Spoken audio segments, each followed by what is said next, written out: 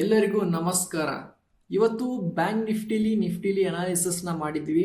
So ಅದೇ ರೀತಿ ನೋಡಿ ಪ್ರೈಸ್ ನೋಡಿ ಇಲ್ಲಿ ಏನಾಗಿದೆ ಅಂದರೆ, ಇಲ್ಲಿ ಬಾಟಮಲ್ಲಿ ಏನೆಲ್ಲ ಬಯರ್ಸ್ ಎಲ್ಲ ಏನು ಹೋಲ್ಡ್ ಮಾಡಿದ್ರಲ್ಲ ಪೊಸಿಷನ್ಸನ್ನು, ಟಾಪಲ್ಲಿ ಏನು ಮಾಡಿದ್ದಾರೆ ಅಂದರೆ ಮಾರ್ಕೆಟಲ್ಲಿ ಪೊಸಿಷನ್ಸನ್ನು ಕ್ಲೋಸ್ ಮಾಡ್ಕೊಂಡಿದ್ದಾರೆ ಬಯರ್ಸು. ಓಕೆನಾ.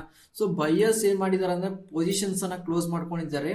ಬಟ್ ಇಲ್ಲಿ ಏನು ಬೈ ಮಾಡಿದಾರಲ್ಲ ಇವರೆಲ್ಲ ಎಮೋಷನಲ್ ಬಯರ್ಸ್. ಓಕೆನಾ. ಸೊ ಟೆಂಪ್ರವರಿ ಮಾರ್ಕೆಟ್ ಏನಾಗಿದೆ ಅಂದರೆ ಮೇಲ್ಗಡೆ ತೊಗೊಂಡು ಹೋಗಿದೆ. ಓಕೆನಾ.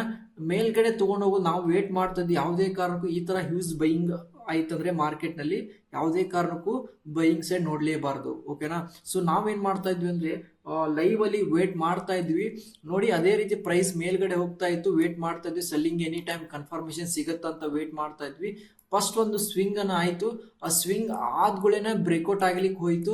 ಸೊ ಅಲ್ಲಿ ಬ್ರೇಕ್ಔಟ್ ಆಗಬೇಕಾದ್ರೆ ಸೆಲ್ಲರ್ಸ್ ಅನ್ನ ಫೋಕಸ್ ಮಾಡಿದ್ವಿ ನಾವು. ಓಕೆನಾ. ಆ ಸೆಲ್ಲರ್ಸ್ ಅಗ್ರೆಸಿವ್ ಆಗಿ ಎಂಟ್ರಿ ಕೊಟ್ಟಿದ್ದಾರೆ ಅದೇ ಕ್ಯಾಂಡಲ್ದಲ್ಲಿ. ಓಕೆನಾ.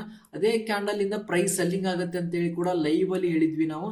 ಸೊ ಅದೇ ರೀತಿ ಪ್ರೈಸ್ ಏನಾಗಿದೆ ಅದೇ ಪಾಯಿಂಟ್ ಇಂದ ಸೆಲ್ಲಿಂಗ್ ಆಗಿ ಸ್ಟ್ರಾಂಗ್ ಆಗಿ ಬಿದ್ದಿದೆ. ಓಕೆನಾ. ಸೊ ಸ್ಮಾಲ್ ರಿಸ್ಕ್ ಬಂದುಬಿಟ್ಟು ನಮ್ದು ಎಷ್ಟಿತ್ತು ಅಂದರೆ ಮಾರ್ಕೆಟ್ನಲ್ಲಿ 30 to 40 ಪಾಯಿಂಟ್ ಮಾತ್ರ ಇತ್ತು ರಿಸ್ಕ್. ಓಕೆನಾ. 30 to 40 ಪಾಯಿಂಟ್ ಮಾತ್ರ ರಿಸ್ಕ್ ಇತ್ತು.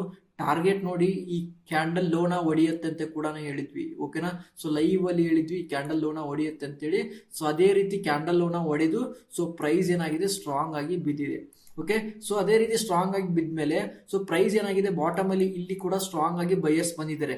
ಓಕೆನಾ. ಅದು ಕೂಡ ಹೇಳಿದ್ವಿ ಬಯರ್ಸ್ ಬಂದಿದ್ದಾರೆ ಬಾಟಮ್ ಅಲ್ಲಿ, ಪ್ರೈಸ್ ಮೇಲ್ಗಡೆ ಹೋಗುತ್ತೆ ಅಂತ ಹೇಳಿದ್ವಿ. ಅದೇ ರೀತಿ ಪ್ರೈಸ್ ಮೇಲ್ಗಡೆ ಹೋಗಿ ಈ ಪಾಯಿಂಟ್ ಅಲ್ಲಿ ಕ್ಲೋಸ್ ಮಾಡ್ಕೊಂಡಿದ್ದಾರೆ. ಓಕೆ.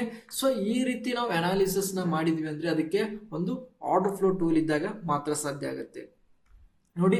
ಸೊ ಈ ಆರ್ಡರ್ ಫ್ಲೋ ಟೂಲ್ ಇಟ್ಕೊಂಡು ಇವಾಗ ಸೊ ನಾವು ನಾಳೆ ಮಾರ್ಕೆಟ್ನಲ್ಲಿ ಏನೆಲ್ಲ ಆಕ್ಟಿವಿಟಿ ಆಗುತ್ತೆ, ನಾಳೆ ಯಾವ ರೀತಿ ಟ್ರೇಡ್ ಸೆಟಪ್ ಮಾಡ್ಕೋಬೇಕಂತೇಳಿ ಅನಾಲಿಸಿಸ್ನ ಮಾಡೋಣ. ಸೊ ಫಸ್ಟ್ ಮಾರ್ಕೆಟ್ನಲ್ಲಿ ಏನಾಗಿದೆ ಅಂತೇಳಿ ತಿಳಿಸ್ಕೊಟ್ಟಿದ್ದೇನೆ.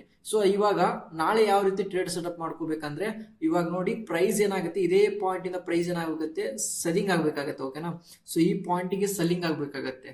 ಈ ಪಾಯಿಂಟಿಗೆ ಸೆಲ್ಲಿಂಗ್ ಆದ್ಮೇಲೆ ನೆಕ್ಸ್ಟ್ ನಾವು ಯಾವ ರೀತಿ ಟ್ರೇಡ್ ಸೆಟಪ್ ಮಾಡ್ಕೋಬೇಕಂದ್ರೆ ಇಲ್ಲಿ ಲೆವೆಲ್ಸ್ ಅನ್ನ ನೋಡ್ಬೇಕಾಗತ್ತೆ. ಯಾವ ಲೆವೆಲ್ ಅಂದ್ರೆ ಈ ತರ ಒಂದು ಸ್ಟ್ರಾಂಗ್ ಸೆಲ್ಲಿಂಗ್ ಕ್ಯಾಂಡಲ್ ಬಂದು, ಓಕೆನಾ, ಈ ತರ ಒಂದು ಸ್ಟ್ರಾಂಗ್ ಸೆಲ್ಲಿಂಗ್ ಕ್ಯಾಂಡಲ್ ಬಂದು ನೆಕ್ಸ್ಟ್ ನಮ್ಗೆ ಅಪೋಸಿಟ್ ಆಗಿ ಏನಾಗಬೇಕಂದ್ರೆ ಇಲ್ಲಿ ಎರಡು ಸ್ಟ್ರಾಂಗ್ ಬೈಯಿಂಗ್ ಕ್ಯಾಂಡಲ್ ಬರಬೇಕಾಗತ್ತೆ. ಓಕೆನಾ. ಸೊ ಈ ರೀತಿ ಎರಡು ಸ್ಟ್ರಾಂಗ್ ಬೈಯಿಂಗ್ ಕ್ಯಾಂಡಲ್ ಬಂದು ನೆಕ್ಸ್ಟ್ ಏನ್ ಮಾಡ್ಬೇಕಂದ್ರೆ ಒಂದು ಸ್ಮಾಲ್ ಪುಲ್ ಬ್ಯಾಕ್ ಅನ್ನ ಎಕ್ಸ್ಪೆಕ್ಟ್ ಮಾಡಬೇಕು. ನೆಕ್ಸ್ಟ್ ಟಾರ್ಗೆಟ್ ಎಲ್ಲಿವರೆಗೂ ಇರುತ್ತಂದ್ರೆ ಫಸ್ಟ್ ಟಾರ್ಗೆಟ್ 56,000 ವರೆಗೂ ಹೋಗುತ್ತೆ.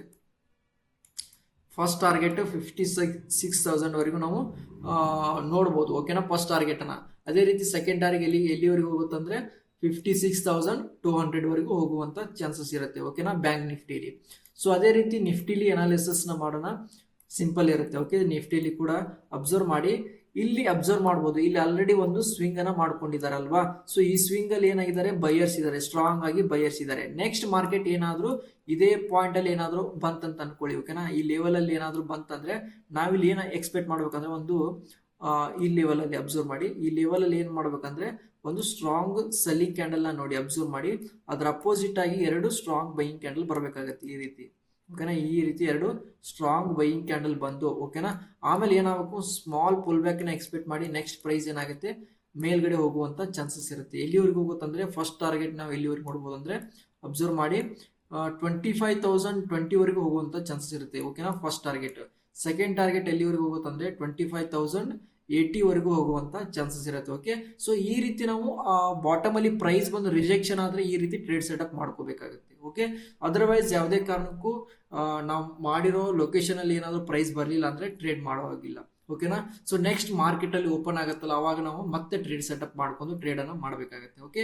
ಸೊ ಈ ರೀತಿ ಟ್ರೇಡಿಂಗ್ ಸೆಟಪ್ ನ ಮಾಡ್ಕೊಳ್ಳಿ. ಈಸಿಯಾಗಿ ರಿಸ್ಕ್ ರಿವಾರ್ಡ್ ಅನ್ನ ಈಸಿಯಾಗಿ ರೀಚ್ ಆಗುತ್ತೆ. ಸ್ಮಾಲ್ ರಿಸ್ಕ್ ಅನ್ನ ಇಟ್ಕೊಳ್ಳಿ. ಟಾರ್ಗೆಟ್ ಅನ್ನ 1:2 1:3 ಅಲ್ಲಿ ಟಾರ್ಗೆಟ್ ಅನ್ನ ಬುಕ್ ಮಾಡ್ಕೊಳ್ಳಿ. ಮಾರ್ಕೆಟ್ ಅಲ್ಲಿ ಈಸಿಯಾಗಿ ಟ್ರೇಡ್ ಅನ್ನ ಹಿಟ್ ಮಾಡ್ಕೋಬಹುದು. ಓಕೆ. ಸೊ ಇದೇ ರೀತಿ ಅನಾಲಿಸಿಸ್ ನ ಮಾಡಿ ಲೈವ್ ಅಲ್ಲಿ ಕೊಡ್ತಾ ಇರ್ತೀವಿ. ಓಕೆನಾ. ಸೊ ಎಲ್ಲರೂ ನಮ್ಮ ಚಾನೆಲ್ ನ ಫಾಲೋ ಮಾಡಿ ಯಾವ ರೀತಿ ಅನಾಲಿಸಿಸ್ ನ ಮಾಡ್ತಿದ್ವಿ ಅಂತೇಳಿ ಕಮೆಂಟ್ ಅಲ್ಲಿ ತಿಳಿಸ್ಕೊಡಿ. ಓಕೆನಾ. Thank you so much. ಧನ್ಯವಾದಗಳು.